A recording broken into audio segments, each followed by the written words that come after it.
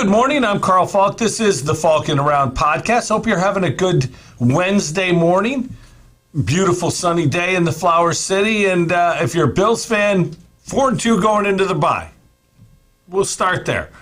4-2 going into the bye. That is a good thing. Remember that. We'll get to Monday night's game in a few seconds. Lot to talk about in the NFL as per usual. NBA opened up last night. I'm actually going to speak well of the Sabres. I pretty much have to.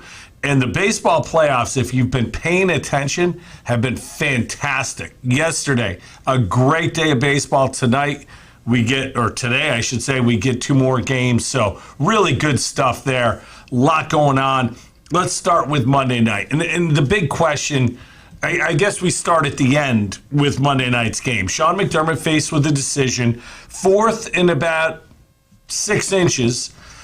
Do you go for it at the 2-yard line with 22 seconds left, or do you kick a field goal and play for overtime? You're the better team. You're on the road. What do you do? There are a lot of factors to look at there. Personally, I would have kicked it. I absolutely would have kicked it there.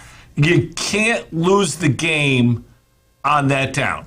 Tyler Bass has been really good. He had 3 more field goals, and that may be a sign that the Bills aren't getting it done in the red zone, and that has been a problem. They've been to the red zone more than any other team in the league this year, but they haven't converted as often as they would. And I think that's a problem with this roster, much more so than maybe quarterback play or play calling. A lot of people were very down on the play call that McDermott had. And it wasn't McDermott. It was a combination of McDermott and Brian Daboll making that decision. Josh Allen has been very good as a quarterback sneaker. Some quarterbacks are good at it, some are not. Brady's been fantastic. But in this case, Josh just wasn't able to get the footing. Deion Dawkins got blown up by Jeffrey Simmons, and the Bills weren't able to get it. It's funny how social media after a game, you start to read Twitter, and you got idiots saying, well, it's because Tannehill outplayed Josh Allen. No. Tannehill was very good in the fourth quarter, and he was 9 for 9 in the fourth quarter, and seemed to remember that A.J. Brown was actually on his team for the first time all year. But Josh Allen played a very good game. He did have a pick, which he was hit when he threw. Spencer Brown just got beaten off the edge, and it's one of those, you're going to have a rookie right tackle, you're going to have mistakes. That was one of them. It cost the team. Tannehill also had a pick. Anyone who saw that game and thought Tannehill outplayed Josh Allen should stop commenting on football immediately. The other thing you heard a lot of was, well, the refs screwed him. That spot was terrible. The spot I thought was right where it should have been, and we're talking about the third down play where Josh, great effort to try and pick up the first down. Ball goes out of bounds, which stops the clock, and I thought that was pertinent for what is going to be part of this discussion as well.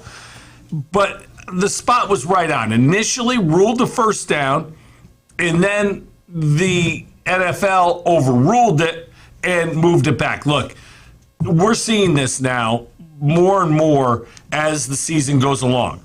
The discussions between officials when they throw a flag, and Monday night was a big part of it, taking forever.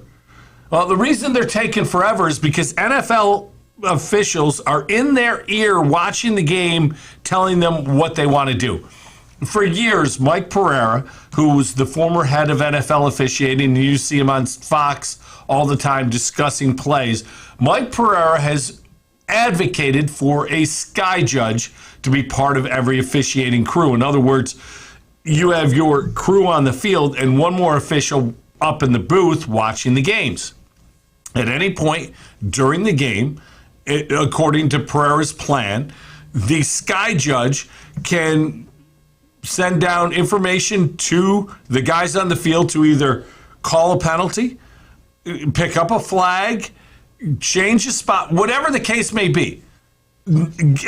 basically eliminating the challenge system that is in place and unfortunately is not nearly as effective.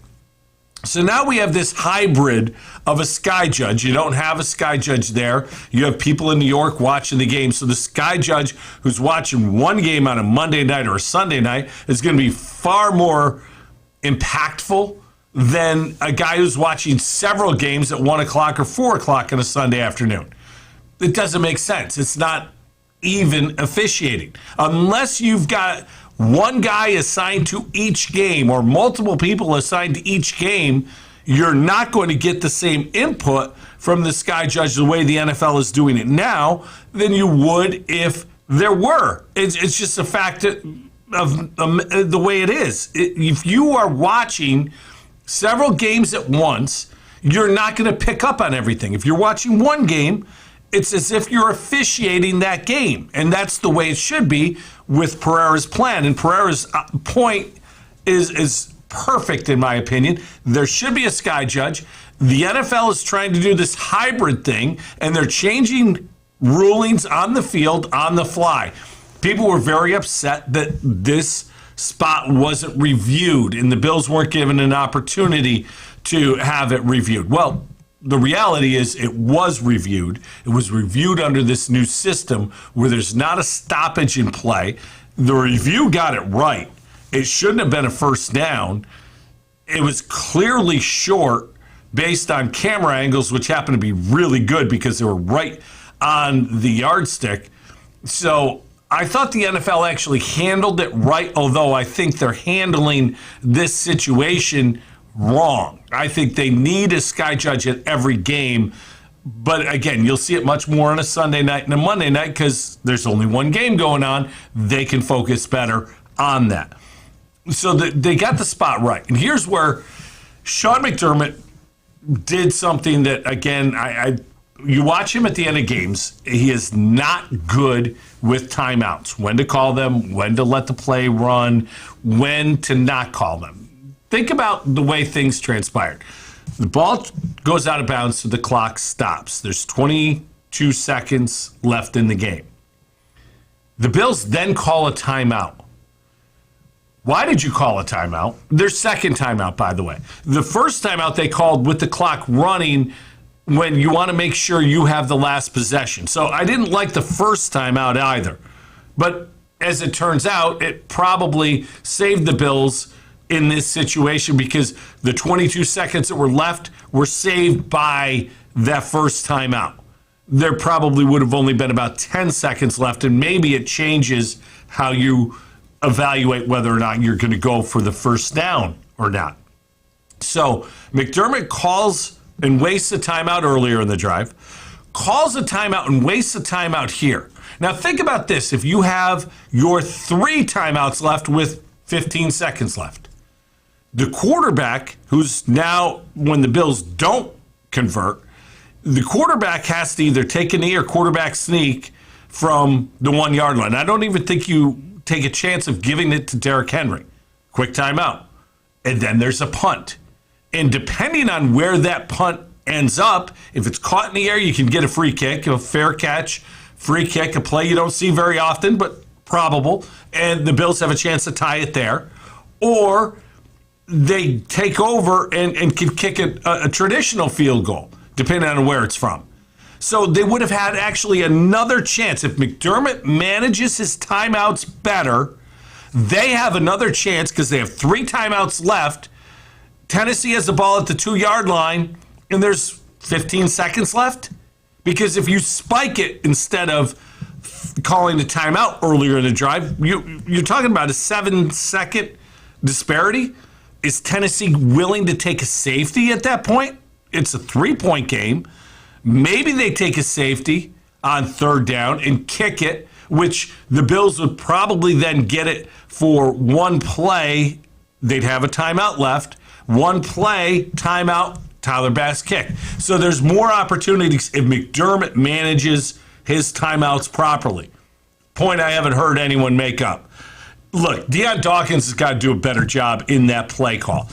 I said I would have kicked it there because you're at the 2 yard line. If Josh say he picks up the first down, doesn't score the touchdown, what do you do then? Line up and spike it? So now you've got 10 seconds left. You still got a timeout in your pocket. You're only looking at one more play to get to the end zone. This, to me, was why I would have kicked the field goal. But let's talk about the play call, the quarterback sneak. Is that the right play call? Well, unfortunately, this Bills team doesn't have a power running back, and Zach Moss isn't there yet. He's a good young back, and if he's your backup running back, I think you've got a good situation. I liked Singletary much better, and I don't think they give him the ball enough. But down on the goal line, I don't think he's the guy you give the ball to there either. But the real problem, in my opinion, with the Bills and the makeup of the team isn't the running back, it's the three interior offensive linemen. Look, Deion Dawkins is fine as a left tackle. In spite of him getting blown up on that last play, he's actually been really good this year. Spencer Brown is a rookie, and he's going to make mistakes. I talked about the interception. He's going to get beat that way. But he played really well again Monday night. And as a rookie, you're looking at your right tackle going, wow, we've really got something here. Darrell Williams has struggled since being moved into the guard position. That said, he's a much better option than either Cody Ford or Ike Boker. Neither of those guys are starting guards in the league. And Cody Ford, this should be his last year as a member of the Bills. Former second-round pick that did not pan out. John Feliciano is somebody who's very good at times in the run block game, but the pass blocking, he struggles a little bit. And at center, Mitch Morse is just, in my opinion, an overpaid player. Now, look, the Bills' offensive line is okay. I don't think it's as good as others think it is. But the one thing it isn't is a powerful run-blocking offensive line. And down at the goal line and in the red area, you need a powerful run-blocking offensive line. Area of upgrade going into this offseason. Morse, in my opinion, is going to be somebody who is going to be moved on after this year. McDermott was all about giving the ball to Josh Allen, and he would do it 10 out of 10 times. And I respect that, and I love that. And that's part of the culture that McDermott brings to this team. Would you rather, though, Josh Allen's rolling out and could possibly use his athleticism to run the ball in, or possibly throw it? Remember Dawson Knox out of the game. He had broken his hand a couple plays before the Buffalo special 2-point conversion. There's just got to be a better option for the Bills in the red area. And it's all about the run game, and it's all about the interior of the offensive line. Here's the other part. If you give the ball back to Tennessee in overtime, which is a 50-50 proposition because you're going to have a coin toss to determine who gets it, I don't think you stop Derrick Henry. The longer the game goes, the better that guy gets. He had 20 carries for 143 yards. A 76-yard touchdown was one of them. So if you take that out of the mix, the other 19 carries only went for about 73 yards. But because of his effectiveness, you're looking at Ryan Tannehill, and again, I mentioned it, 9 of 9 in the fourth quarter. So I think all of those things play into McDermott's decision to go for it. I just thought the plays leading up to the actual play, in other words, the bad usage of timeouts, were a factor in this situation. And McDermott, traditionally, wastes defensive timeouts, or call timeouts on defense. He's a defensive coordinator. He wants his defense to be right. The other side of the coin is he's not good and has never been good with clock management. Look, he's not Mike McCarthy bad. Then again, nobody is. That guy's, it's amazing how bad he is. I'll get to that game in a few minutes. But McDermott wastes timeouts. He doesn't value them. And again, on Monday, if the Bills have 3 timeouts, when Josh Allen is stopped, they're going to have to force Tennessee to punt. They get another chance. They didn't because McDermott wasted timeouts. So it's a bad coaching job there. I don't think going for it is a bad coaching job. In my opinion, I kick it. I try to get the ball in overtime and put the hands of Josh Allen. Let Josh win the game. I think he brings them down for a touchdown. They win the game, very similar to what we saw with Dallas on Sunday against New England. But it didn't happen. For the game, Allen threw for 353, had a touchdown, the one pick where he was hit. He had 9 rushes for 26 yards. Tennessee, this needs to be said too. Going into this game, and I talked about this last week, and I've talked about it all year. This was a game I expected the Bills to lose because it's a bad matchup for them. The Bills can do one of two things. Generally, they're better against the pass than they are against the run. So if a team can only run the ball, which there aren't many of those teams in the NFL, most teams that can run it can also pass. But if you look at the Bills, like against Kansas City cannot run the ball. So therefore, the pass play is all the Bills have to worry about. They're much better against the pass than they are against the run. They're not a big physical defensive front. And I think looking at this game, going back and looking at it, Josh Allen was hit 9 times. He was sacked 3 times. Ryan Tannehill was hit twice all night. 0 sacks for the Bills. You want to look at a deficiency and a reason that the Bills didn't get this done? It's because that vaunted defensive line, where more resources has been spent than any other part of the team, was terrible on Monday night. They were not good. They got blown up in the running game. They got pushed around by a bad offensive line by Tennessee and didn't pressure Ryan Tannehill except 2 times. Cannot happen. Absolutely cannot happen. The Bills had only 4 tackles for loss. And again, when you have Derrick Henry on the other side, you're going to go about things differently. And the Bills did. A.J. Epineza wasn't active. Vernon Butler wasn't active. By the way, Vernon Butler, I had said before the season started, the Bills should move on from his salary. It's $7 million dressed like you and I watching the game the other night. A second-round draft pick in A.J. Epineza watching the game. Boogie Basham, a second-round pick this year, had been watching the game. So we love Brandon Beane. We love the way he's built this roster. He is far from perfect. Cody Ford was a miss in the second round. Boogie Basham and A.J. Epineza have been good at times this year. But if you're inactive and you're a second-round pick, that's a red flag to me. It really is. And if you're paid $7 million and you're inactive, that's a waste of $7 million.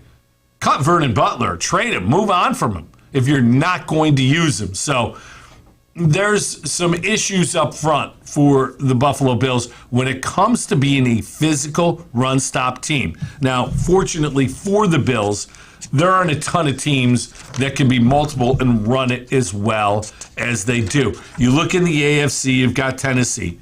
Obviously, they're going to be able to run it all day with Derrick Henry, and Tannehill's very effective. The Ravens, whether it be Latavius Murray or now Le'Veon Bell's been activated or brought from the practice squad to the 53-man roster.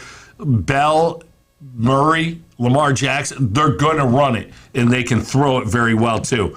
The Chargers generally can run it pretty good with Austin Eckler and, of course, Justin Herbert. I think Cincinnati, who's now 4-2, is going to be a problem if the Bills have to face them because Joe Mixon can run it pretty well behind a bad offensive line, but yet Joe Burrow's fantastic. So there's a problem there. The Browns are all banged up, but that would be a bad matchup for the Bills. In the NFC, there's 2 teams that can be multiple. The Cowboys, who are better when they run it, and the Packers, who everyone focuses on one Aaron Rodgers, but the Aaron Jones factor is what I think will make them very dangerous come playoff time. They're a team that can be very good on the ground. So, yes, this was a problem Monday night. It is a problem going forward that the Bills can't do both, but I don't think they have to much of the time. It's all about matchups. Tennessee is a bad matchup for them. Singletary and Moss combined for 51 yards. It's just not enough. The Bills have got to figure out a way to be like the teams that I just mentioned. If you stack the box, I'm going to throw it. If you don't, I'm going to run it. And the Bills can't do that right now. They run it here and there, but they're just not strong enough running the football. And I really think Josh Allen needs help to get to the next level. And that's Super Bowl champion. We're going from AFC championship game to Super Bowl champion. We're lofty expectations. But again, that's the point. You're trying to improve. And where do you improve? You've got to improve the running game going forward. And I don't see it happening this year, unfortunately. I think it's one of those things that in the offseason, the offensive line will be tweaked. And I think it's time to figure out a way to take some pressure off of Josh Allen. Stephon Diggs was real good on Monday night. 9 for 89. Cole Beasley, welcome back, had 7 for 88. Both Diggs and Beasley had touchdowns in the game. Emmanuel Sanders continued his strong play, 5 for 91. The beauty of the Bills' pass game is the ability to spread it out and throw it around. Dawson Knox, who had 2 TDs the previous game, he had the Buffalo special with a broken hand. High school quarterback threw a shot put to a wide open Josh Allen for the 2-point conversion. It's interesting. You get down to that play and you go for the 2-point conversion. And, there's always a play you have as an offensive coordinator. When you need something, there's always that play. And going back to the 4th and 1 discussion, you need that play, right? You need to pick it up.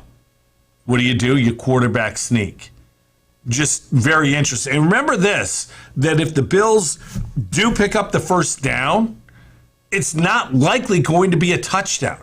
So you still really haven't accomplished anything. And that's, again, why I would have kicked it. If you were 4th and 6 inches from the goal line, different story. But at the 2-yard line, you're not going to quarterback sneak 2.5 yards. And I know Josh Allen has in the past, but this is one of those, there's nothing to worry about down the field. I would have loved to see a play action rollout. If I'm calling the plays, play action rollout, look for something, and if not, have Josh turn it up and see what he can get. You saw the play before, similar play. He gave max effort, tried to jump over guys to get in, and that's what this team will always love about Josh Allen, the effort. So a lot of things didn't go right, and here we're talking about Tennessee, a good team in a bad matchup, and this is a positive sign. All of the things that didn't go right that I just talked about, yet the Bills have the ball at the end of the game with a chance to win it. That shows how good they are. Even though they didn't get that win, it's one of those things where they had a chance late, and it was there for the taking, but they weren't able to pick up the win. That's a sign of a very good football team. Bills now going to the bye week at 4-2, and I found this interesting, and I had forgotten that last year, the week before the bye, the game before the bye, was a DeAndre Hopkins Hail Mary. I forgot about that. And the Bills came out and basically ran the table right up to the AFC Championship game.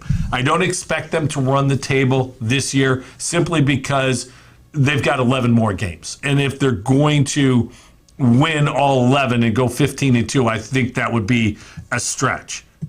That said, the schedule for the rest of the year, the next 4, Miami in Buffalo, that should be a win for the Bills. The Dolphins just not playing well at all. They had a loss across the pond to Jacksonville.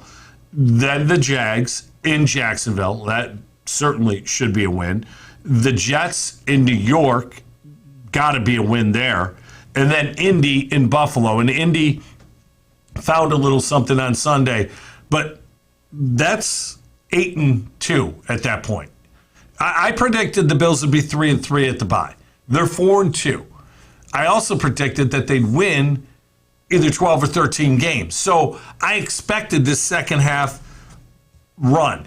The Bills have 4 games left against the NFC South. And if you think of that division, New Orleans, very up and down, and with Jameis Winston, you don't know what to expect. Not really good. Carolina, Sam Darnold looks like Sam Darnold. It's just not been great there. They're not a very good team.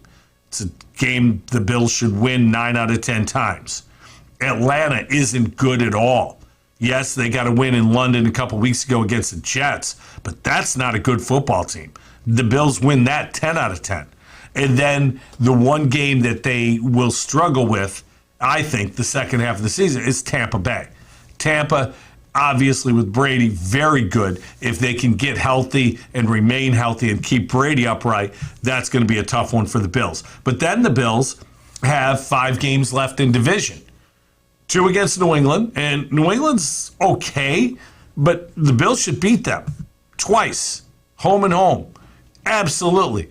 2 against the Jets. That's a no-brainer. Jets are one of the worst teams in the league.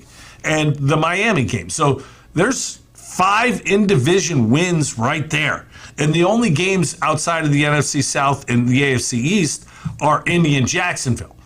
So the Bills' schedule for the rest of the year, if they don't end up with 13 wins, I think this is something has gone wrong in the second half of the season. So certainly a lot to talk about with the Bills. A few things that the Bills did on Monday night I liked, a few I didn't. Tremaine Edmonds, I thought, played very well. He, I thought, was the best defender on the field for the Bills. Jordan Poyer had a pick. He played well. Micah Hyde took a bad route on the long touchdown run by Henry. Just didn't take the proper angle. I think Henry's speed surprised Micah Hyde, and that caused that. So the Bills, a tough loss, now the bye, and it's not something to get overly concerned about. It just is what it is. The rest of the NFL, last Thursday night, Tampa at Philly.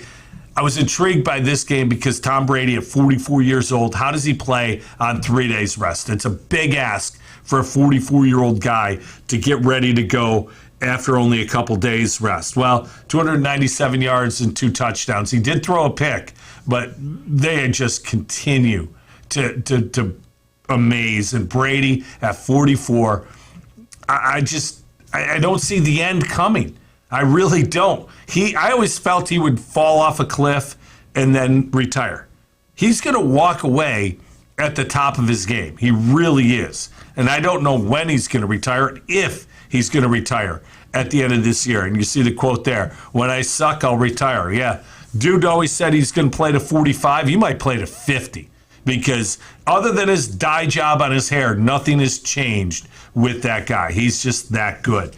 The Jags, I mentioned it, get a win, and this is a good win for Jacksonville. Urban Meyer needed this badly.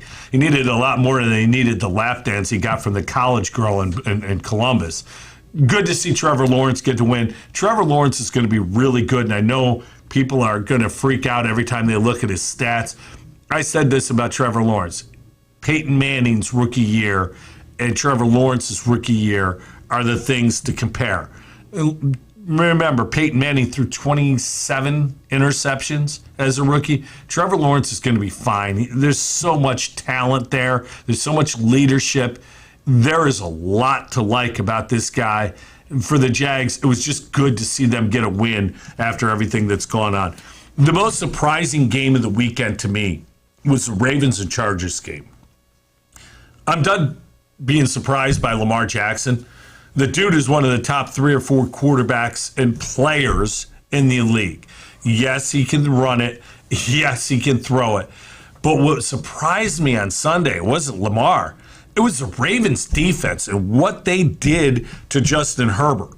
I don't know if they confused him or just pressured him or a combination of the two, but Herbert had one of his worst games as a pro, and the Ravens defense in a 34-6 win was stifling. Great job by the Ravens defense.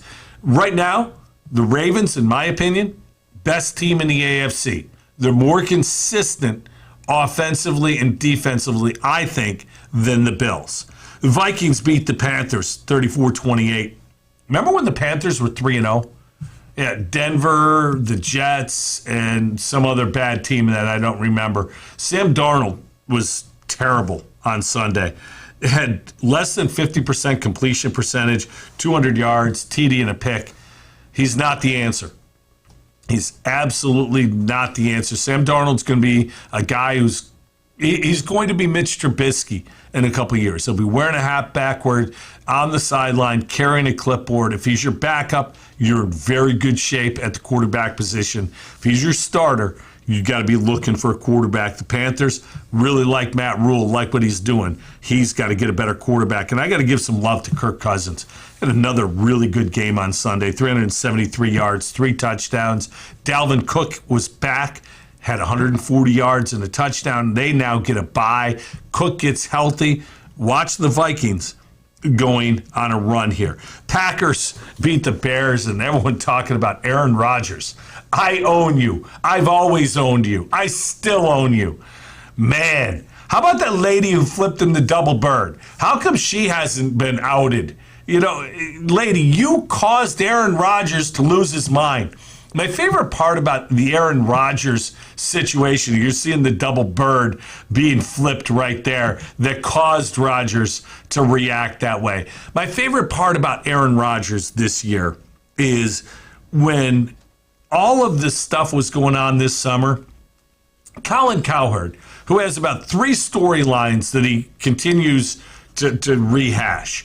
Cowherd, who is a national host for Fox, he continues to bash Baker Mayfield. He continues to bash Russell Westbrook. And he bashed Aaron Rodgers all summer because Aaron Rodgers doesn't care. Yet, we're seeing Aaron Rodgers play with about as much heart and emotion as we've ever seen Rodgers play with. Oh, yeah. Couple that with the fact he's still, I think, one of the 2 best quarterbacks in the game. It's just amazing how wrong Colin Cowherd was about Aaron Rodgers. And yet he still gets... I'm going to be going a bit of a rant about national hosts who don't know what they're talking about, but stay tuned. Cincinnati beat the Lions, and Detroit's not very good.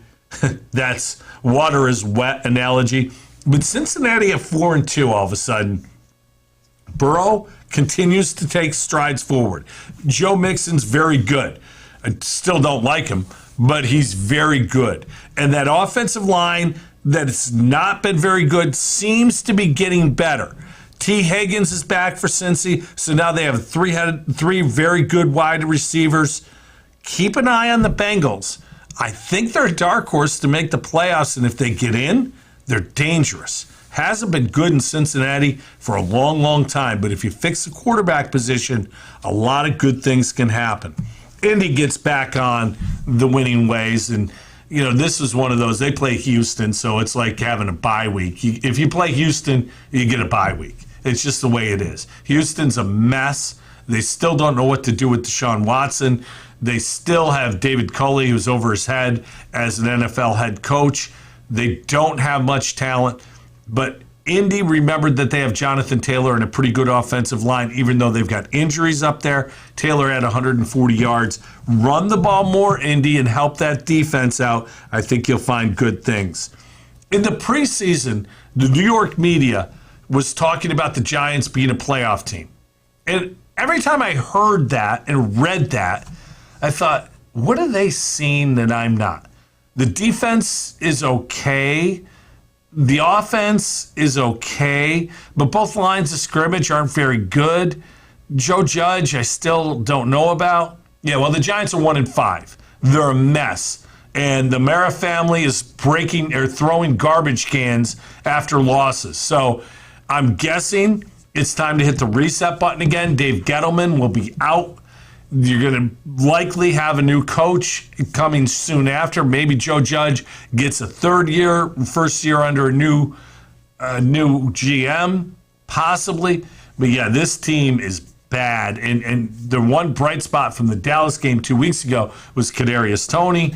He gets hurt halfway through the first quarter and misses the rest of the game. So it's been injuries. It's been bad play, uninspired play. It looks like this could get real ugly in New York going forward. And as much as I want to say Daniel Jones isn't the guy and they need to replace him, remember, this isn't a draft where the quarterback is going to be there like last year to take at the top of the draft. There'll be somebody taken very highly, but it's going to be a reach, not a surefire quarterback like we've seen over the last couple of years. Kansas City gets a big win on the road against Washington. Patrick Mahomes had one of the worst interceptions of his career, threw for almost 402 touchdowns. Look, Kansas City's going to be fine. Everyone wants them to be perfect all the time. It's not going to happen. They've got injuries. The offensive line isn't good. Chris Jones still not playing. When he comes back, Clyde Edwards-Helaire comes back, they'll be just fine, and they're still going to be a factor before this season's out. Oh, yeah, and Patrick Mahomes, stop trying to talk about this guy not being the best quarterback in the league. He is. He's going through a bit of a slump, but who would you take over Patrick Mahomes if you were starting a team today? There's not one player in the league I would take over Mahomes. He's that good. Arizona's still undefeated. They whooped up on the Browns. This was an impressive win. They go into Cleveland. Now, look, Cleveland's gutted. Both tackles are out. Chubb didn't play. Kareem Hunt got hurt. He's going to miss several weeks. Baker, his shoulder. I know that Cleveland is banged up, but defensively, they're really not. And that defense gave up 47, I think, the week before to the Chargers, gives up 37 to Kyler Murray in Arizona. They were without their coach, Cliff Kingsbury, who has COVID. A lot of reasons why this should have been a closer game than it was. Man, Arizona's really good, A. B, Cleveland has got to get healthy. It's a talented roster. I think they'll be there, and I think they're a playoff team. But the way Cincinnati's playing, keep your eye on that.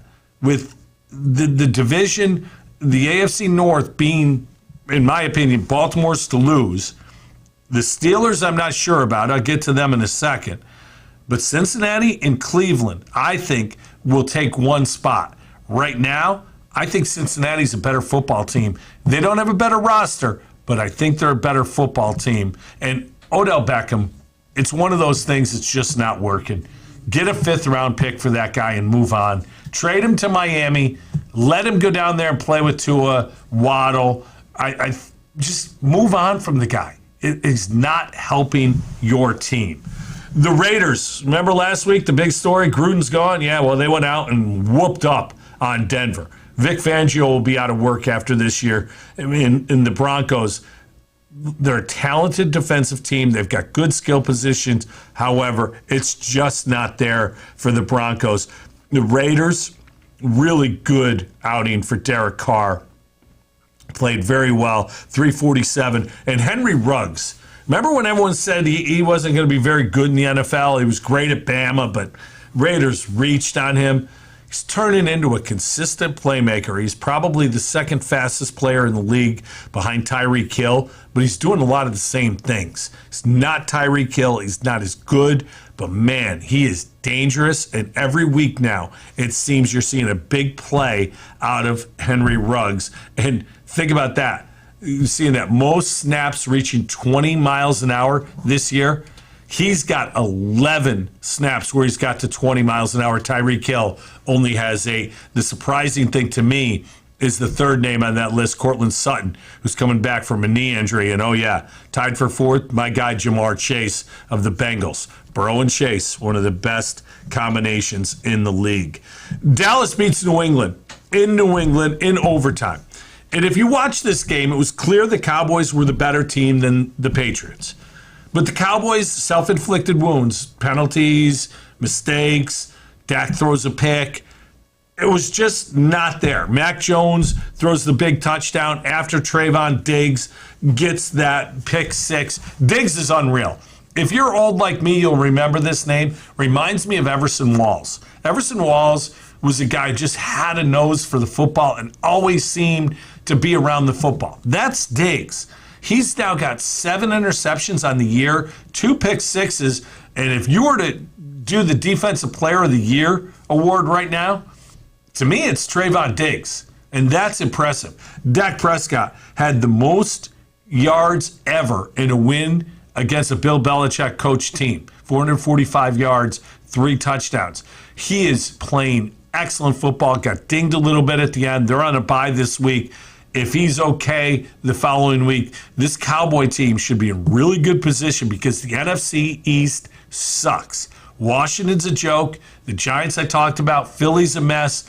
The Cowboys should run that division, stack up wins, and there'll be a good chance they're hosting home playoff games. And you want to talk about hypocrisy. The NFL this year is all about cutting down on the taunting. We've seen a lot of penalties, a lot of things. CeeDee Lamb scores the winning touchdown.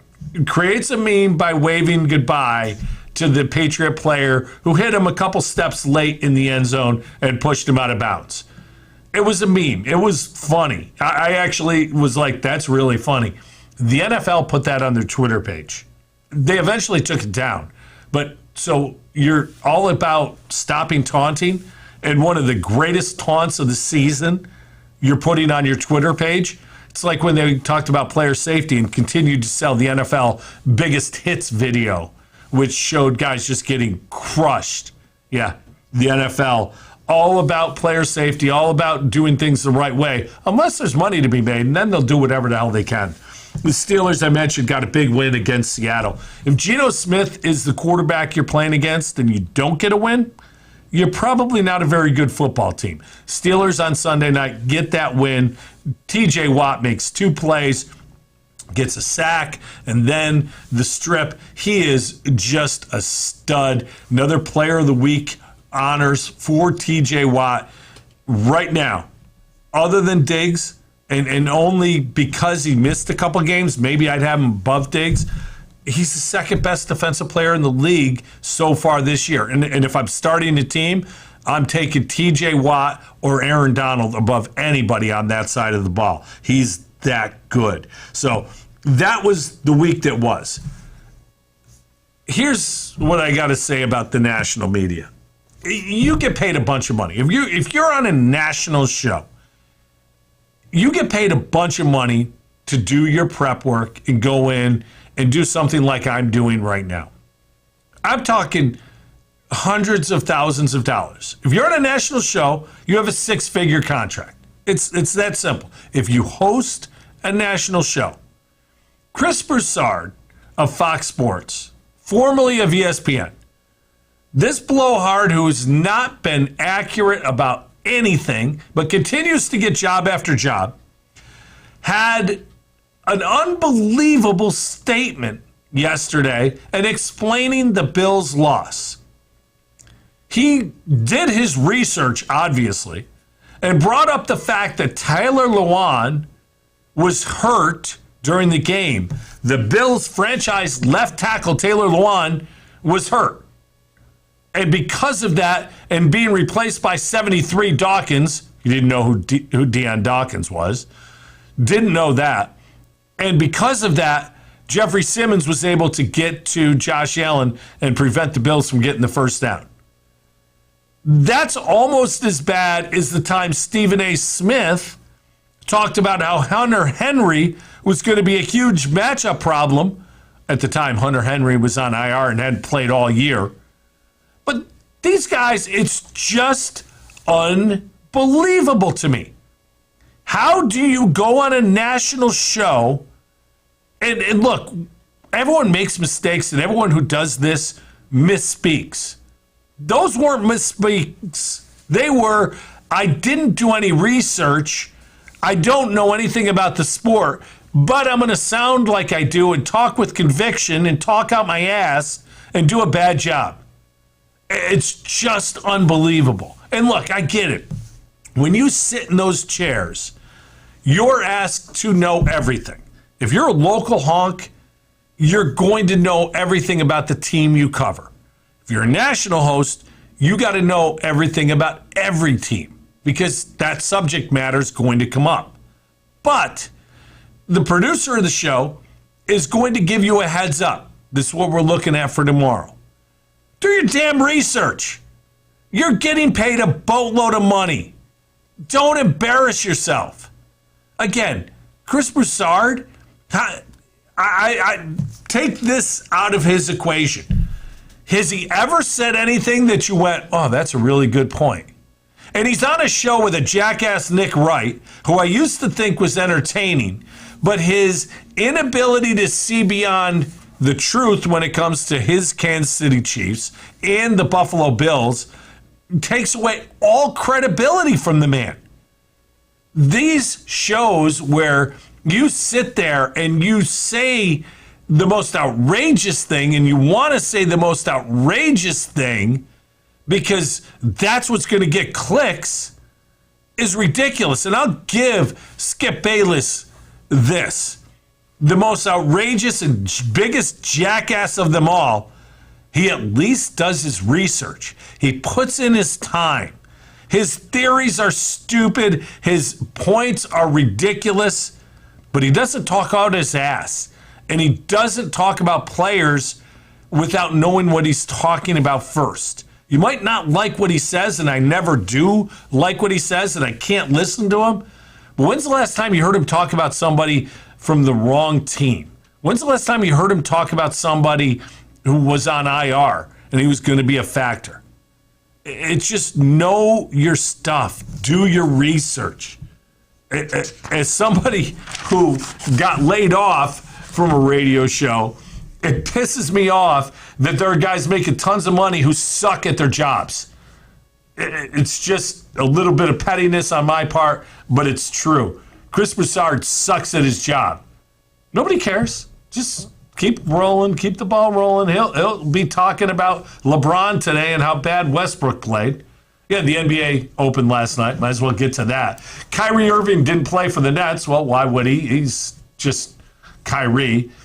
The NBA is the biggest sideshow league there is. All other sports, it's about what goes on in the field. In the NBA, the season nobody really cares about. I mean, today you'll hear how bad Russell Westbrook was for the Lakers. They got beat by Golden State. You'll hear Steph Curry had his first triple-double since 2016. In Steph's words, he sucked last night, and he did. He wasn't good. If you watch the game, he was not good at all. He had a triple-double, but he was not good at all. The big difference for Golden State was they have a stretch 4 now, maybe he's a stretch 5, that can shoot it and play a European import. They looked a little different, and if they get Klay Thompson back, they might be really good this year going forward. I mentioned Kyrie and the Nets. They go up against Giannis, and the Bucks get their rings. Giannis is really good. KD didn't have a great night. Nets are going to be fine. The Eastern Conference is a two-team conference, in my opinion. They played last night. We'll see where it goes from here. But the sideshow league comes in with the discussion of Kyrie and the vaccination and his inability to play because of the rules about vaccinations. And then there's Ben Simmons. Ben Simmons is just an absolute joke. Look, I remember watching a documentary that I think Showtime did on Ben Simmons. They followed him around for a year at LSU. And I couldn't think less of Ben Simmons as a person. I wouldn't have drafted him, frankly. Watching this documentary, if I had seen that and I'm the GM of a team and I had the number 1 overall pick and he was the number 1 overall talent, no chance I'm taking him. No chance. He's petulant, he's immature, he's self-involved, and he just doesn't care about anything other than himself and getting paid. Those aren't the team. Here's the trade you make if you're Philadelphia. Another bad organization is the Sacramento Kings. The Kings have announced that Marvin Bagley, real high draft pick a couple years ago out of Duke, is not going to be part of their rotation. Now, Bagley's representatives, knowing this, have been trying to get him traded out of Sacramento for the last year. The Kings have said they haven't gotten value in return, so that's why Bagley's still there. Well, gee, if you're not playing a guy, what's his value to your team? And if you're not playing a guy, why wouldn't you move him for a bag of balls? So at this point, why not move Marvin Bagley to Philadelphia for Ben Simmons? Ben Simmons got kicked out of practice yesterday by Doc Rivers because he didn't take part in a couple drills. Got suspended for tonight's opener. He had a cell phone in his sweats pocket. How disrespectful is that?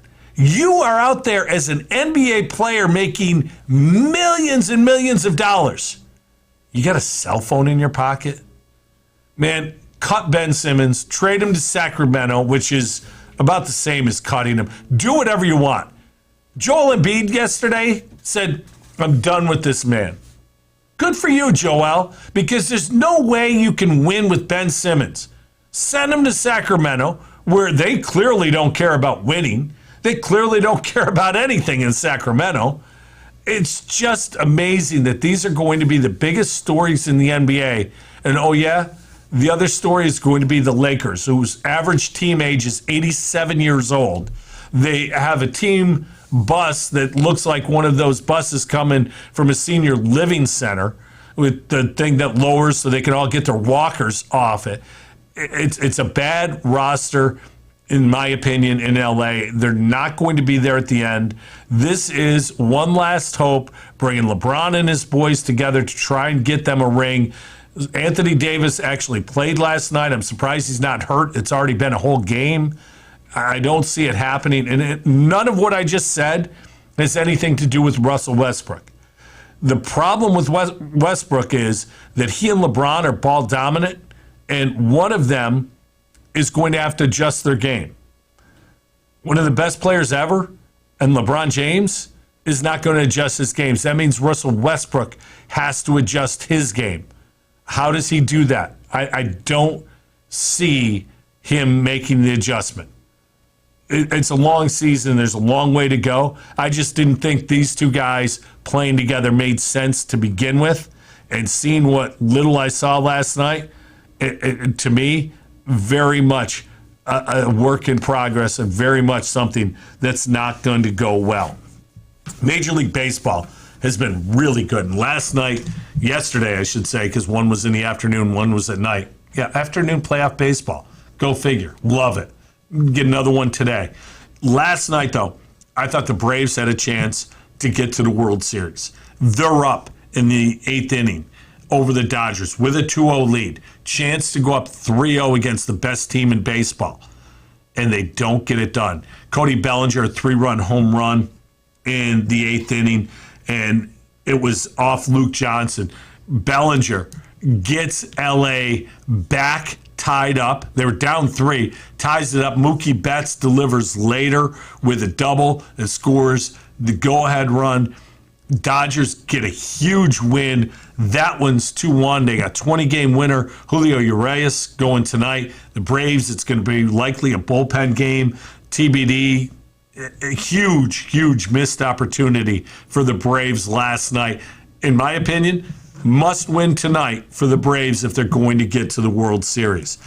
In Boston last night, the Astros, we could hate them all we want. We could think of Jose Altuve as a cheater and Correa as a cheater and Bregman. That's a really good team, and it's been that way for a long time. And this feels like their last ride. Correa is a free agent, likely will be elsewhere. I'm guessing New York, one of the New Yorks. He'll play next year. He's very good. Altuve's very good. But I thought Cora screwed up last night. In the 9th inning, after they tie it in the 8th, it's a 2-2 game, brings in Nathan Eovaldi for the 9th. Didn't love that decision, but Eovaldi struggles, gives up a run, bases loaded, 2 outs. I'm riding with my guy. I'm giving Eovaldi one more hitter. But Martin Perez comes in in relief of Eovaldi and just gets lit up. Look, the Red Sox don't have a bullpen. It's really bad back there. But if you're using one of your starters, you got to let them get through the inning. And they didn't, and it cost them. They give up 7 in the ninth. Now, again, instead of being up 3-1 against Houston, it's 2-2. And tonight, Chris Sale is on the hill against Valdez. Chris Sale has not been good this postseason. My theory with Sale, who came back late in the season from Tommy John, I think he's going through a bit of a dead arm period. One of these starts, he's going to come out and be very good. It's just a matter of how's that arm feeling. Max Scherzer of the Dodgers actually talked about that he's going through a bit of a dead arm period. It happens periodically when you pitch as many innings as these guys do, or you're just getting ramped up. And I think Sale's just getting ramped up. So interesting to see how that'll work out. But the baseball's been really good. If you get a chance, check that out today. Lastly, how about them Buffalo Sabres? Just like I told you, 3-0. Who thought it? Now, first off, how did the Sabres have 4 games at home to start the season? That's unbelievable that they have that. Secondly, they haven't really played anybody except for last night. They played Vancouver, and they beat Vancouver 5-2. Very good third period last night to get the win. I last week predicted there'd be less than 12,000 people for the home opener. Man, was I wrong. The home opener had 8,400 people. After the home opener, the person who leads the world in not being able to say the right things, Kim Pagula, sent out a tweet thanking the fans that were there for their support. Really? Game 1 and you're already pissing off your fans, Kim? Man, she just can't help herself. Shut the hell up.